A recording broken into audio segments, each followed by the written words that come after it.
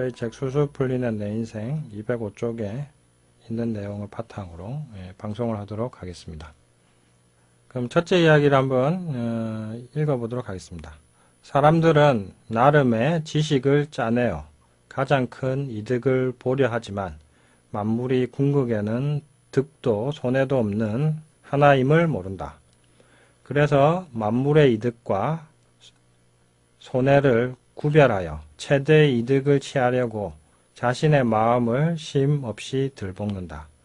어느 우두머리 원숭이가 자기 무리에게 도토리를 나눠주려고 아침에 3개, 저녁에 4개씩 주겠다고 말했다.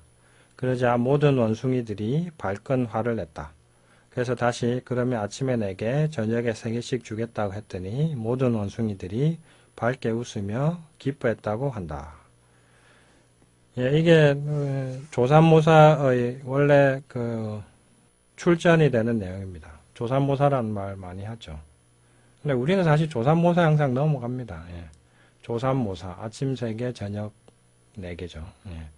근데 조삼오삼 하면 일단 좋아하죠. 우리가 하는 에고의 판단이란 기껏해야 이렇게 조삼모사일 뿐입니다. 지금 내가 실컷 화내고 기뻐하는 일들이 겨우 이 정도의 조삼모사에 불과한 것이라는 생각을 해본 적이 없으십니까? 저는 이 이야기를 보면서 저를 참 많이 반성했는데, 내가 그동안 싫다, 좋다, 운이 좋다, 기쁘다, 좋다, 나쁘다 이렇게 했던 게 결국 인생 전체에서 보면 좋은 것도 나쁜 것도 아니고 그냥 그저 한 인생에 서로 다른 한 면이지 않을까. 근데 그때는 그렇게 좋아하고 또 어떤 때는 그렇게 싫어하고 결국 전체 인생에서 보면 결국 크게 좋았던 것도 나빴던 것도 없는데 마음만 확확 좋아졌다 나빠졌다 그러면서 스트레스 받고 아니면 너무 흥분하고 이게 인생이 아닐까 이런 생각을 참 많이 했습니다. 그 다음에 다음 얘기를 읽어보겠습니다. 장자가 어느 날 넓은 들판에서 밤나무 숲 둘레의 울타리를 따라 거닐고 있었다. 그러다 특이한 까치 한 마리가 남쪽에서 날아오는 것을 보았다. 날개폭이 사람 키만 하고 눈의 지름이 좋기 몇 센티미터는 넘을 듯했다. 그 새는 장자의 이마를 스치고 지나가 울타리 안의 밤나무 가지에 내려앉았다. 장자가 중얼거렸다. 저것은 무슨 새일까? 저 큰 날개로 이렇게 아슬아슬하게 날아가는 것일까? 게다가 어찌 저 큰 눈으로 사람도 보지 못할까? 장자는 옷자락을 걷어 올리고 발소리를 죽이며 재빠르게 달려가 활로 새를 쏘려 하였다. 그런데 자세히 보니 맨 앞에는 매미 한 마리가 서늘한 나무 그늘에서 생명의 위험을 잊은 채 쉬고 있었다. 그리고 그 뒤에는 커다란 사마귀 한 마리가 앞다리를 치켜들고는 매미라는 먹이에 정신이 팔려 위험을 잊고 있었다. 그 뒤에는 다시 좀 전에 까치가 사마귀라는 먹이에 정신이 팔려 위험을 잊고 있었다. 이를 본 장자가 흠칫 놀라 말했다. 이득에 정신이 팔리면 서로가 서로에게 위험이 되는구나. 게다가 그 사실마저도 잊은 채 이런 상황을 계속 불러들이게 되는구나. 그러자 곧장 활을 버리고 몸을 돌려 뛰어나오는데 밤도둑이라고 생각한 숲지기가 나와 장자에게 욕을 퍼부었다. 이윽고 집으로 돌아온 장자는 사흘 동안이나 언짢은 기분이었다. 제자가 장자에게 물었다. 선생님께서 무슨 일로 그렇게 언짢아 하십니까? 장자가 대답했다. 나는 외물에 정신이 팔려 나 자신을 잊었다.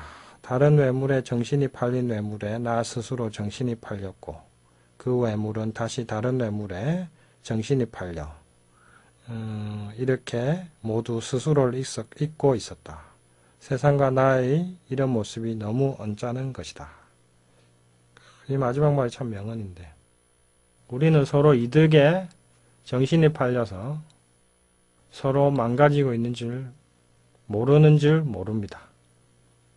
자, 먹고 산다고 하는 게 먹고 죽는 짓이 아닌지 생각해 보신 적이 없습니까? 먹고 산다고 하면서 그렇게 스트레스 받아가면서 결국 중풍 걸리고 화병 걸리고 스트레스성 위염 걸립니다. 그러면은 먹고 살자고 한 짓인데 왜 먹고 살자고 하는 짓을 하면서 먹고 죽어야 됩니까?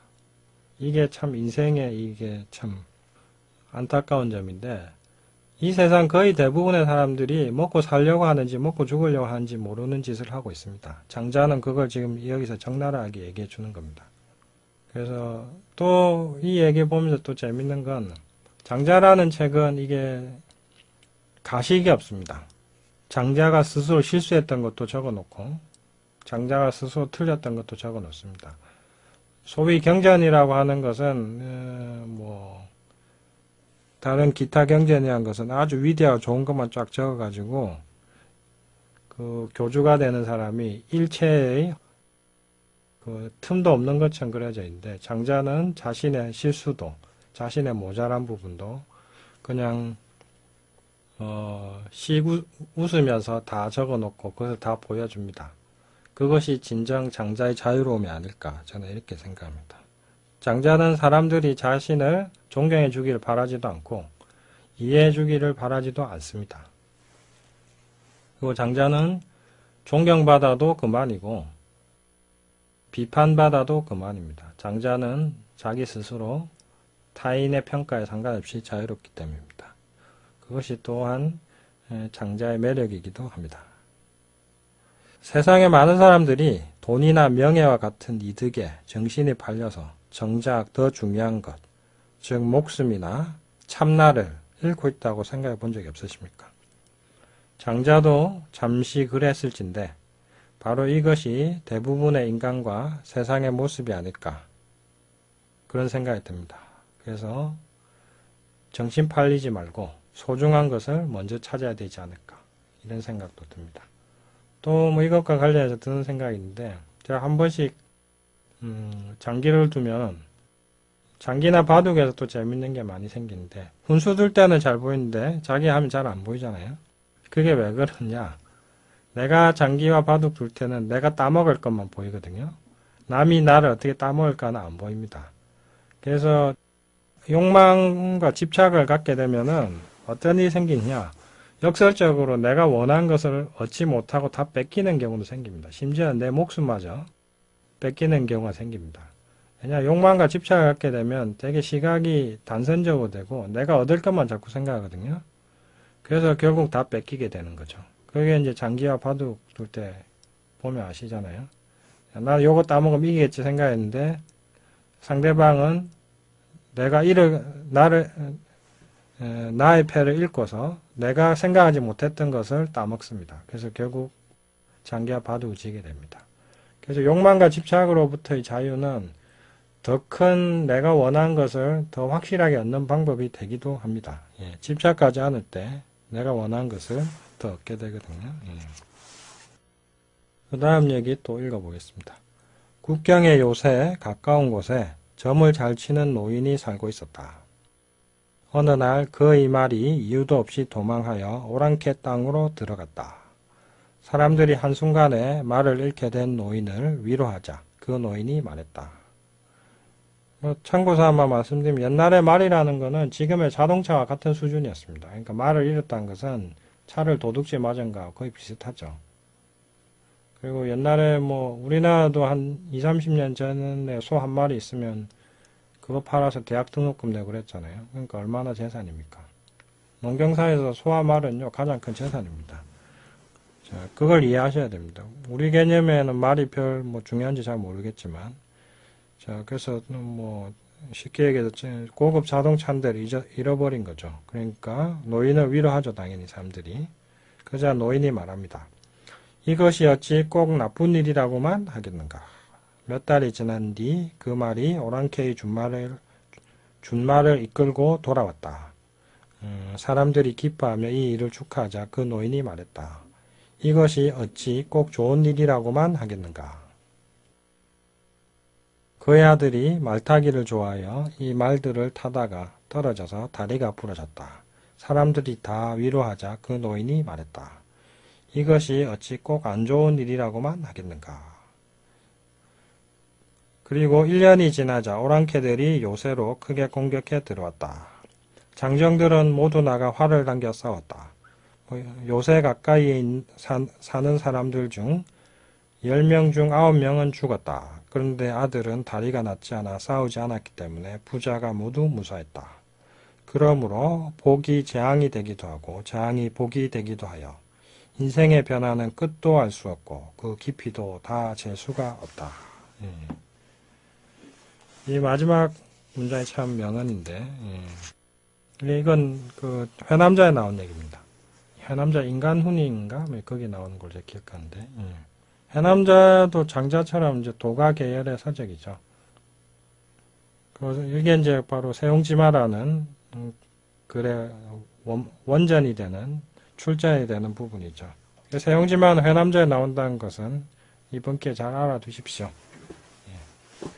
지식의 근거를 알아두는 것은 뭘 아는 것 이상으로 참 중요한 일입니다.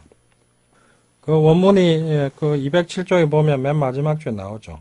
고 복지 위화, 화지 위복, 화불가극, 신불가측이라. 그러므로 복이 재앙이 되기도 하고 재앙이 복이 되기도 하여 인생의 변화는 끝도 알 수 없고 그 깊이도 다 잴 수가 없다. 인생의 참 재밌는 진실 중에 하나는 첫째, 인생은 모두 변화한다는 겁니다.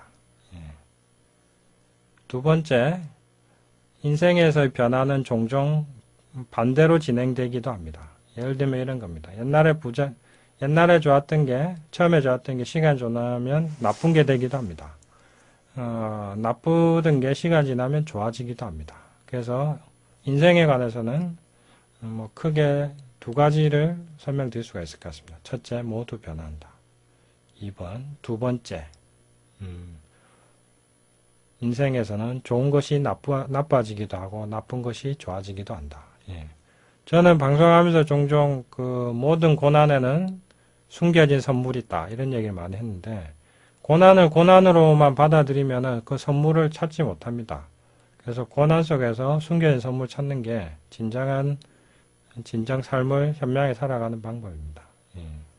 그리고 인생의 변화란 것은 워낙 무궁무진하기 때문에 좋은 게 언제 나빠질지 나쁜 게 언제 좋아질지 잘 모릅니다. 그러니까 다 이해하고 받아들이면서 좋아지겠지 하면서 살아가는 게 인생을 잘 사는 방법이기도 합니다. 인생과 역사를 보면은 때때로 최악이 최상이 되고 최상이 최악이 됩니다. 이게 참 재밌는 점인데, 그래서 토인비는 뭐 이런 얘기도 합니다. 역사상 가장 큰 성공의 반은 실패에서 비롯되었고, 역사상 가장 큰 성공의 반은 실패의 반은 성공에서 비롯되었다. 그러니까 성공했다가 자만하면 실패하고, 실패했을 때 분발하면 가장 큰 성공을 이루기도 한다. 뭐 그런 얘기인데, 자. 그래서 뭐 좋은 게 좋은 걸로 끝나지 않는 경우가 대부분 많습니다. 그래서 그 노자에는 이런 얘기도 나옵니다. 반자도지동이다. 반, 돌아올 반자, 자, 그것 자자, 도, 길도자, 지, 갈지자, 동, 움직임 동자인데 반자도지동이라. 그러니까 돌고 도는 것이 길의 움직임이다. 도의 움직임이다. 뭐 이런 얘기인데, 그러니까 돌고 돕니다. 말 그대로. 돌고 도는 것이 인생의 움직임이다. 길의 움직임이다. 도가 돌고 도는 것이기 때문에 모든 것은 돌고 돈다고 생각하시면 됩니다. 그러니까 안 좋을 때도 좋은 줄 알고 좋은 때도 좋은 줄 알면 사실 다 좋은 게 됩니다. 그래서 뭐 어떻게 보면 고생을 즐기는 법을 배우는 게 또 인생의 지혜가 아닐까 뭐 그런 생각도 듭니다. 안 좋을 때 좋아할 줄 알면 항상 좋죠. 그래서 제가 상담하면서 여러 사람들을 봤을 때 제일 잘 사는 사람들이 어떤 사람들이냐, 젊을 때 고생하다가 점점 재산이나 뭐 이런 능력이 늘어서 노년에 행복해지는 사람들이 가장 잘 삽니다. 왜 그러냐면 그런 사람들은 밑바닥에서부터 시작했기 때문에 자만하지도 않고 그리고 항상 지금 가진 것에 대해서 만족할 줄도 알고 그렇기 때문에 항상 행복하죠. 근데 가장 안 좋은, 가장 불행해지는 사람들이 보면은 좋은 집에서, 부잣집에서 태어나서 더 가질 게 없는 상황에서 결국 조금씩 뭔가를 잃어나가는 거.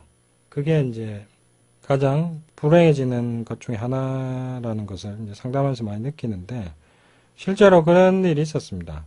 어떤 영감님인데, 70대 영감님인데, 30년 전에 300억을 잃어서 완전히 이제, 30년 전에 300억이면 뭐, 지금은 뭐 수천억 되겠죠. 거의 재벌급인데, 거의 이제 인생이 최악으로 빠진 부분이 있는데, 그분도 타고날 때부터 엄청 부자였다고 합니다.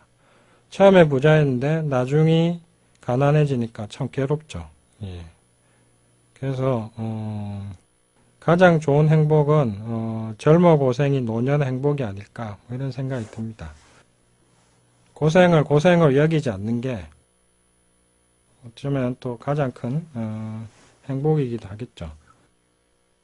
인생에서 참 재밌는 것은 겉보기에, 느끼기에 그 당시에는 겉보기로나 느끼기로나 가장 최악이었던 것이 시간이 지나면 그걸 다 겪고 나서 나중에 10년 뒤든 20년 뒤든 가장 뒤돌아서 보면은 그게 최상이었다라는 걸 깨달을 때가 있습니다.